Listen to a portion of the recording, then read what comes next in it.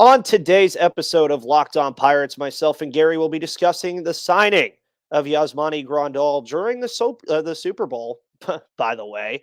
And we're also going to talk about the other catching options on the roster as part of the 2024 player preview series. Let's get to it. You are Locked On Pirates, your daily Pittsburgh Pirates podcast. Part of the Locked On Podcast Network, your team every day.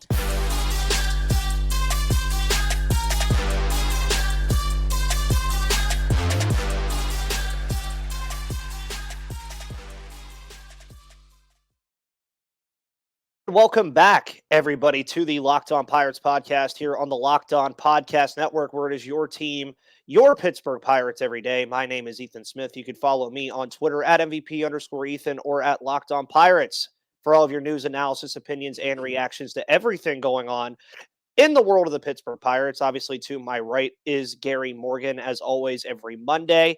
And I came to the realization, folks, that we're going to be 5 days a week from right now until probably the end of November. So you're going to be seeing a lot of Gary. You're going to see a lot of me. And you're probably going to see a lot of other people on this show as well. But Gary, how are you today post Super Bowl Sunday, as baseball is pretty much officially here in a couple days? I'm good, man. I didn't even have one drop of beer.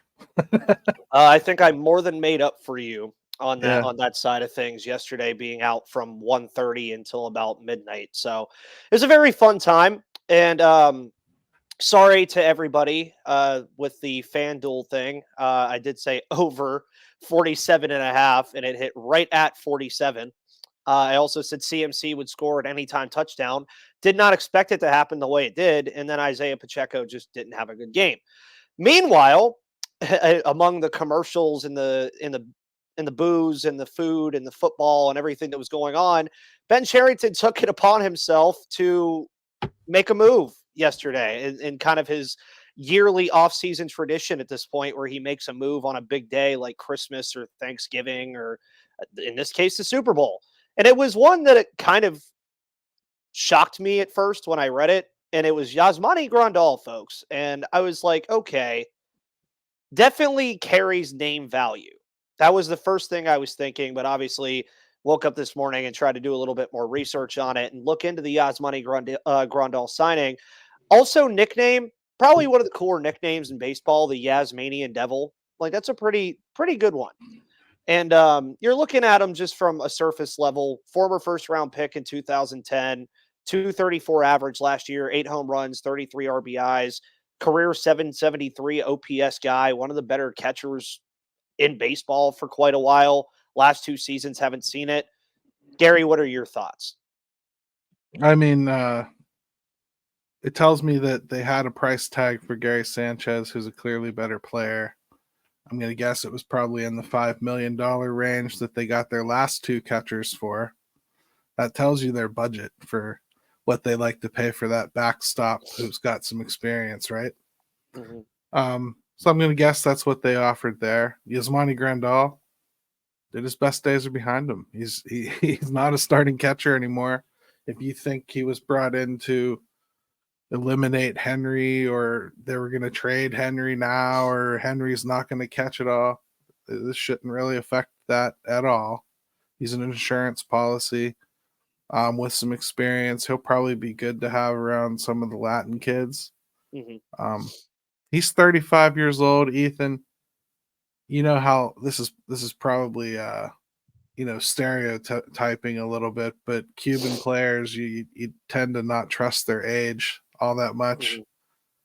Mm-hmm. He looks every bit 35, if not more. He's had a tremendous fall off here the last couple seasons. It doesn't mean he won't contribute anything. I'm just not expecting a whole lot from him. Watching him in Chicago as often as I did, I never really saw anything in the last couple of years to indicate he was on the verge of coming back. No. And I agree with that sentiment a lot. I think a lot of people kind of panicked when they saw that they signed a catcher, because they were like, whoa, like I thought Henry was going to like have the full reins. And again, when I said that my first reaction was the name carries weight, It's a lot like the Aroldis Chapman thing. I mean, you can obviously say Aroldis Chapman is still very productive and is going to help this team much more than Yasmani Grandal, but he's also not the same Aroldis Chapman that he was 5 or 6 years ago. Grandal, all I same can say really about this guy in particular, though, I think 1 year you can hope for a bounce back. 2 years, like he just had, you're kind of looking more for a resurrection. Yeah. Like now you need a miracle. This isn't just like, oh, something was bugging him last year. No, this is a trend at this point. And a lot of people are just going to remember what he did in his 1 year in Milwaukee and think of him as that. That's just not what he is anymore. It's just not. No, and I mean, you're looking at a guy who the past 2 years has had a 5.70 OPS and a 6.48 OPS. 2021, he had a 9.40. 2021 was also the last time that he was probably a very plus player. And again, I don't really see much issue with it. I just think that for a lot of people, they again saw this signing and were like panic button mode, like what's going on. But at the end of the day, too, I think one of the things that you said is very valuable is, yeah, he is 35 and he might look 35, but the Pirates aren't also expecting him to start. This isn't like Austin Hedges. This isn't like any of the other catchers they've had. They're not expecting him to start. And on top of that, the room is also a very young room with the catchers. And we'll talk about that throughout the show. I mean, Jason DeLay, I believe, is only 28. Henry Davis is obviously still very young. Ali Sanchez isn't all that high up there in age either. So maybe he teaches these guys something. I mean, to really bring in a know. guy like this, here's what it is, really. You have somebody like Henry. Best case scenario, he's going to catch 80 games. I mean, that's half the season, right? You're not going to expect him to carry a full load this year. It's just not going to happen. Doesn't mean he's not going to play in 130 games or something, but he's only going to catch maybe 80. Well, at the beginning of the year, he ain't going to do 7 days a week. No. So you want something, I think, a little bit more offensively inclined. Maybe somebody that can handle 3 or 4 games a week up front until you start getting a little more comfortable with Henry. And then you give him 4 days. Then you give him 5 days. And you phase out somebody like Grandal. And he's completely expendable by the deadline. Yeah. And I think that's a great deal to talk about as well, because I mean, again, it's a 1-year deal. This one, I will say, folks, is one where you can expect on the 1-year deal that even if the Pirates are contending, I think you could still see this deal be made for a team that might need a catcher later on in the year due to injury or any other circumstance it's possible. But yeah, I agree. I mean, you're not expecting, I don't think anybody is really expecting Henry Davis to just go out there and magically learn how to manage 6 games a week of catching right off the bat. I don't think you are, but I certainly think any is. I think lots of people out there think he should come out and catch 157 games in his first season. It just isn't going to happen. No, and there's no world where I really see that. And also on my show on Friday, I did speak about how I think, especially with Davis on the defensive side, it's going to be kind of a slow burn for him. It's going to take him a minute to start really acclimating himself to this, because as I mentioned on my show, this isn't just his first full campaign at the big league level, but this is also going to be his first full campaign trying to run a pitching staff and catch relatively often, because he only did it for 2 innings last year. So I also think too that you brought up insurance policy with Grandal, and this is where I think this is a good spot to lead into what we'll talk about for the rest of the show. Is it's an insurance policy, and if he's not playing that well, then you have Jason DeLay there, and you have potentially Ali Sanchez there too. So you've created a room that has options, and I think that's fine. I mean, I don't think there's really any big issue with that at all. Personally. Yeah, I'm okay with it. I don't have an issue with it. $2.5 million. I'm just not jump up and down excited about it either. I think they would have done better if they got Gary Sanchez. I can understand why they wouldn't want to pay $7 million for him, especially for the role I just described. Yeah, you're not paying $7 million for a backup catcher. Yeah, so I think okay, perfectly fine. I'd have preferred they got somebody, maybe tried to make a deal for somebody like extra somewhere, you know, Murphy, Joey Bart, somebody along those lines. But I get it too. Whatever. This is fine. It's not going to hurt anything for sure. And it won't. And we're going to talk about the rest of the catching options here, like Jason DeLay, like Ali Sanchez, and others that are going to be a part of this room and what their roles will be now with this signing, what they can do for this roster in 2024, and more. But before we do that, folks, we're going to talk about FanDuel. Yes, I know. You heard me mention earlier, I was wrong all week. I'm sorry that the parlay did not hit for you folks. For everybody that also said Gronk was not going to hit the field goal. Congratulations on that win, too.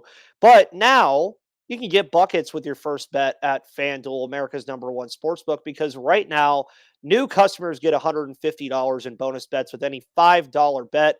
That's $150 if your bet wins, and you can bet on all of your favorite NBA players and teams with quick bets, live same game parlays, exclusive prop bets, and more. So just visit FanDuel.com/lockedon and shoot your shot, because FanDuel is an official sportsbook partner of the NBA and an official sponsor of the Locked On Podcast Network.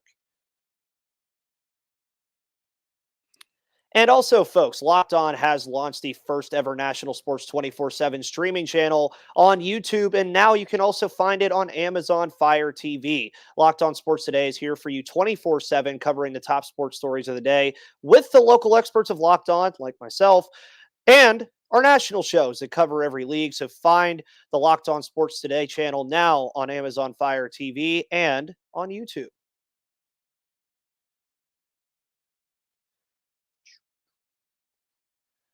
And welcome back, of course, to the Locked On Pirates podcast here on the Locked On Podcast Network post Super Bowl Monday, which I always agree should always be a day off for everybody, but it's not how the world works. Guess what? You got to still get up and do everything you got to do. And for the Pittsburgh Pirates, they're still doing some stuff. I mean, catchers and pitchers are reporting in a few days. We're getting closer and closer to spring training. Yasmani Grandal, I'm sure, will be down there in Bradenton at some point. And you obviously have to talk about catchers when you're talking about the player preview series that you guys have had a pretty good time listening to. Me and Gary, of course, last Monday, we're talking about Quinn Priester, Roansy Contreras, and Luis Ortiz. Now we're going to talk about the other catching options on this roster and really kind of dive into Henry Davis again, too, because now with what the Pirates have done, and we kind of highlighted it in the first segment a bit, is they've given Henry Davis now the reins to the catching position. Obviously, with Endy Rodriguez going down, he's going to be the starting catcher. But as you mentioned, he's not going to do it in the sample size that a lot of people may want to see. Now, that's both fine, in my opinion, and it's what it's going to be. But now you've also have Grandal, who, again, you're not expecting a metric word that I can't say on this podcast from. You have Jason DeLay. You now have Ali Sanchez, who you also acquired earlier this year. So what kind of dynamic do you think this does positively for Henry Davis, and not only Henry Davis, but the other guys too? Takes the pressure off of him, for one thing. I think learning the catching position was detrimental with Endy's bat. I think it could have the same kind of effect on Henry. And if he doesn't hit, all of his warts look a whole lot worse. So yep. I think they really need to make sure that his head stays in the game offensively. That's where he's going to make his money one way or another. As far as the catching goes, I think the reason they probably felt they had to make a move like this, almost more than his ability, is his injury history. Mm-hmm. Henry hasn't stayed on the field since they got him. And it's kind of amazing he got called up as early as he did, as much time as he missed. So it makes sense to back that up with more than Jason DeLay and Ali Sanchez. I mean, when you really, really get into it, the debate is, should it have been better than Grandal? But it's what they did now. So, yeah. And I mean, you could look at it as saying the Gary Sanchez price tag, again, like you said, $7 million is just too much for what the Pirates are going to be asking of him. Now, again, Gary Sanchez would have been a phenomenal player, I think, for this team, and a guy that also played pretty darn well last year too. And with Grandal, again, I just think the expectations need to be low. I think that really all you can expect. And for Jason DeLay and Ali Sanchez, or one of the three, though, you would like to see one of these three do relatively well. And we saw Jason DeLay do it last year. He was a pretty good catcher for all intents and purposes for that good stretch of time, to the point where he was Mitch Keller's catcher for a large portion of the year. And now you put him in the situation where you bring in Grandal. But if you do say, yeah, Grandal's not playing all that great, well, then yeah, let Jason DeLay do it too. But I do think there's an emphasis on the fact that one of these three guys needs to be a quality backup for Henry Davis, because then if they're not any of them aren't performing well, even in the like short spurts that they play, you talked about pressure on Henry Davis. That I think puts more pressure on him, because then they're going to want to expect more from him. Yeah, it sure does. I mean, there's no way around pressuring them a little bit, the prospects. But I guess you could look at Grandal as a safety net. Just if things aren't looking great for Henry, and we really want him to just like refocus on the bat a little, let's run him for a little stretch of DH games and let Yasmani pick up 4 or 5 games in a row here and clear his head. Let him watch him. I think something like that, it's valuable. He's at least caught a decent amount of games in the majors, so it's not like he doesn't have some kind of information to pass on. I don't think he's ever been a great defender, but then again, maybe Henry never will be either. So maybe he's got some insight on how to compensate for some things that, you aren't capable of. It's an interesting signing. We'll see how it turns out, man. Yeah.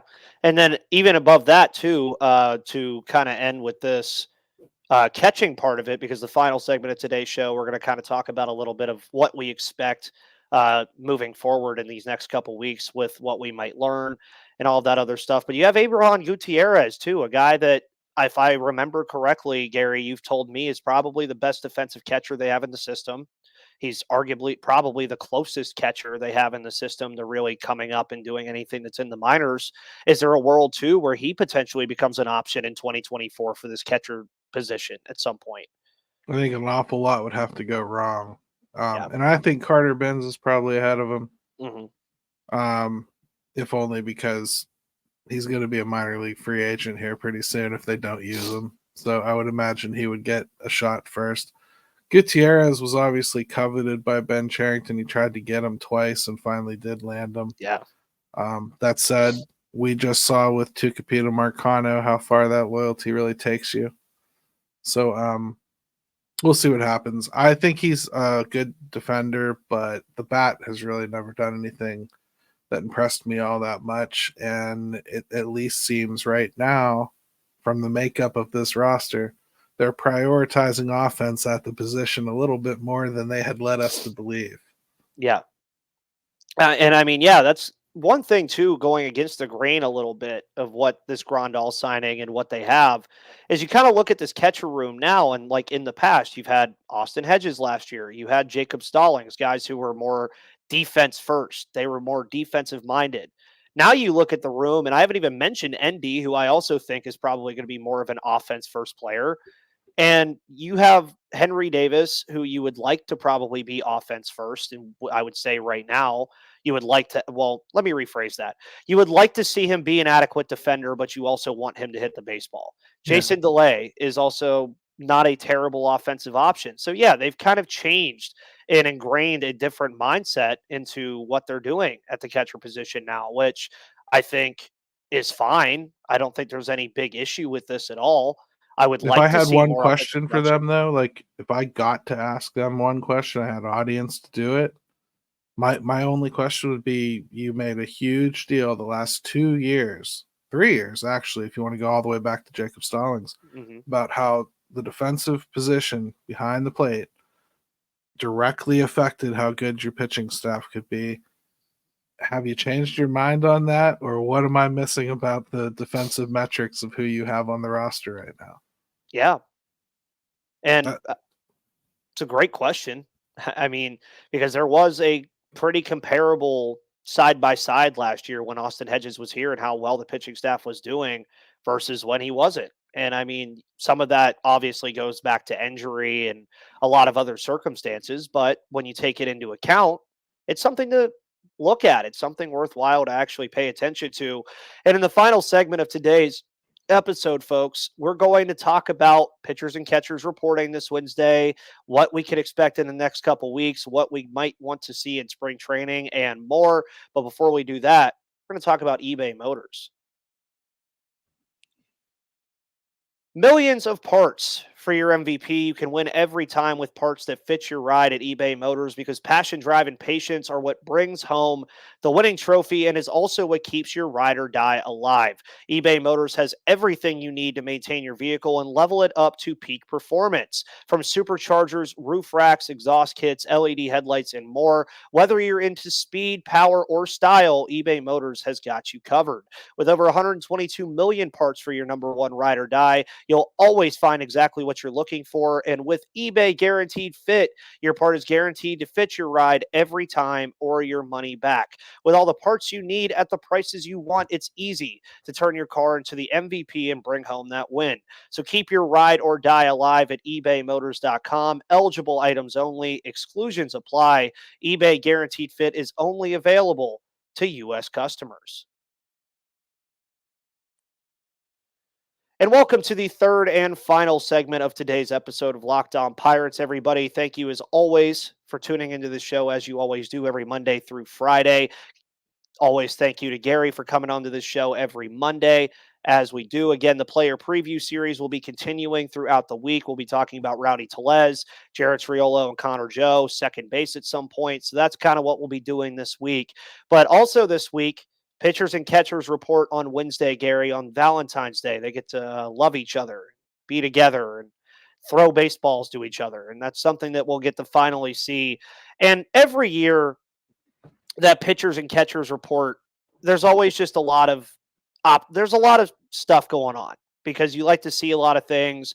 We haven't really seen much baseball in about 3 or 4 months. So when you start seeing this happen and you start seeing guys throw and hearing some rumblings of what's going on in Bradenton, you start getting a little antsy. You start getting a little itch there that you're ready to watch some baseball again. So when it comes to pitchers and catchers reporting and then spring training overall, Gary, what are you most excited to watch for over the next couple weeks and change, I would say, considering there's the whole month of March still? Well, what we get to see the next couple weeks will be very curated by the team. There'll be things locked down. What's most intriguing? Getting eyes on Roansy Contreras again. What is going on with him? What does he look like?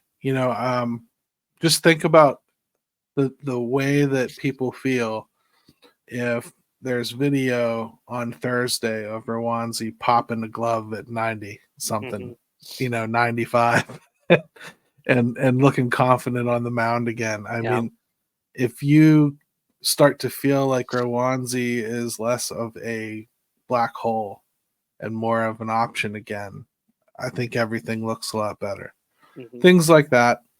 How does Priester look? How does Ortiz look? Those guys that really, really could have an impact. I'm interested to see Jared Jones. Ben Heller, I know, is just a non-roster invitee, but he's got one of the sweetest pitches in baseball, and I really want to see him throw it. That sweeper is just destructive. So I'm excited to see that. Paul Skeens, obviously, see what he's worked on. He's already been down there for weeks working with Henry Davis. So who knows what they've got cooked up and how far along he's come. We may already find out that we're 3 months old on telling him he has to find a way to shape his fastball. Right. And, who knows what he looks like right now. We could be having a completely different conversation. So I'm just saying, when we start seeing the pitchers actually do things, optimism kind of comes along. And I just remind everybody, nobody thought Ross Ollendorf was going to do anything, or Jeff Karstens, or Jeff Locke, or McDonald, all these nobodies that you'd never heard of. Just, you'll see them this spring. You'll get optimistic, no matter what you've been told on paper or what you think. Yeah, and I mean, a lot of it too is, I think, going into spring, especially when it pertains to pitchers and catchers, getting looks on Henry too, just to like see what he's doing and how he's performing defensively. Even though I know that in spring training it's not going to be like a full game of him catching, it'll probably be like a couple innings here and there that he actually does it. But it's always fun to get ready and ramped up for spring just because of what you said. I mean, you're starting to get eyes on these guys again.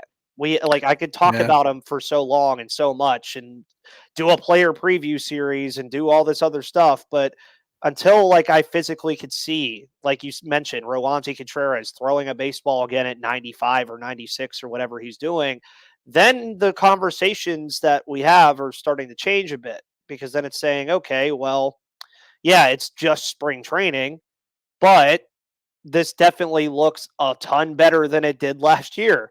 I think that's something that happens in spring all the time. And that's going to be across this whole team, too, I think, Gary. I mean, you have the whole right field thing with Palacios and all of the guys that are there. You have you have second base with Peguero, Gonzalez, Bay, and Triolo. You have Tellez at first base, but you don't know who's really going to join him over there in a platoon, because I think you'd like somebody to join him in a platoon. And then also, I think one of the biggest things for me in spring, man, at the end of the day, and it's something that I think everybody's just excited for, is to watch that 6'7" shortstop walk back out there and at least just do something. Yeah. Something.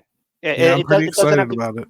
Doesn't have to be anything crazy. Just the fact that he's at shortstop with a glove in his hand, ready to go, I think is going to also get a lot of people really fired up for spring training as well. He could probably bunt balls out into the air down there. So, I mean, I won't take much from watching him hit home runs, but I want to see it again. I'm ready. And I think the whole team looks better with him there. It lengthens everything out. Shows you a little bit more of what their intent was last year with all of their signings and everything they were trying to do and where they thought they were, you know.